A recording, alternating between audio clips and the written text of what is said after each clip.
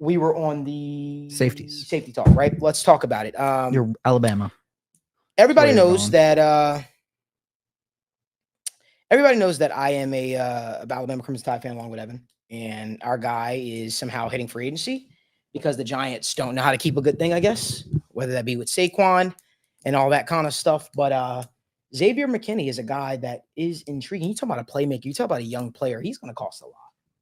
Probably going to cost a lot. That is a guy that I believe can change a franchise. It's weird. It's almost like the Giants saw themselves in a similar situation that we saw ourselves in with Jesse Bates. Yeah.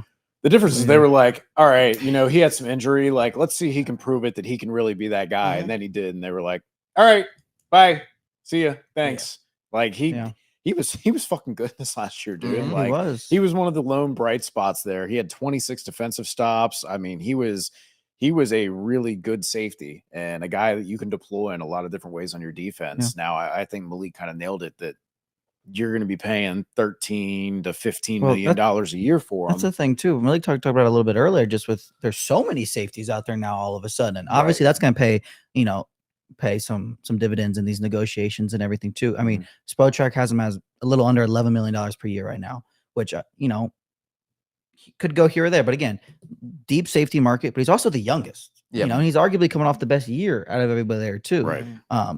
He's fun. I mean, like it just comes down to how much you're gonna want, the safety position. Malik talked about earlier. If we're gonna move Dax Hill down a little bit, how much more does that position become? How much more money are you willing to spend on a guy like Xavier McKinney or some of these older guys?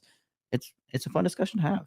I think you made a good point too about the depth of the free agent safety class and then you see, I think it was Quandre Diggs got released from Quandre Diggs look like he's not like an all-pro level guy anymore. That dude's a really good safety, just been really good for years.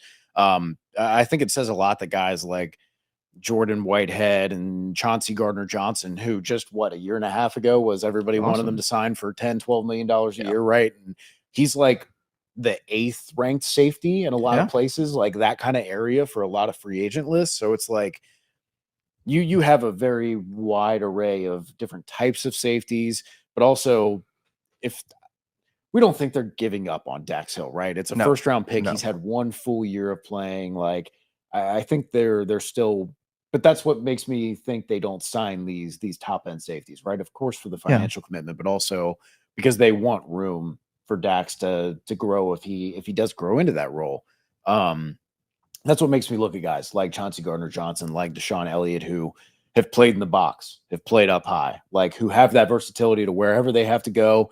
Mike Hilton's getting closer to 30. If he gets hurt, okay, boom, we can slide this guy into the slot. Okay, Dax Hill's not looking good. Okay, boom, we can slide this guy in next to Jordan Battle. There we go. Like, oh, we need extra help wherever in the defense. We have that. So I think, especially with Lou, versatile defensive backs is something that he's really loved, and versatility in general.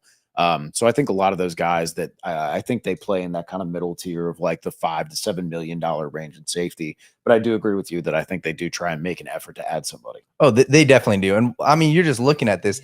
There's 10. He's got a guy. He's got a guy. I do. I know a guy. I do. I mean, so I just look at it. There's 10 guys that are under 27 or 28 years old. And there's going to be guys. So yeah, I've got 2 guys. Jordan Fuller for the Rams. I just, went back and rewatched him, man. He's almost like I hate to use the term. He's like a safe, like he's a safety. Like he's not missing tackles. He's, not going to go out there and make these crazy plays, but he's athletic. He's played the free safety spot. He's, good in the run game. He's consistent. And that's what I really like about Jordan Fuller. Another guy, Alohi Gilman. I loved him coming out, of the draft. And when you just look at what he did with the Chargers, their defense was just a mess. Their safety room was a mess, and they used them all over.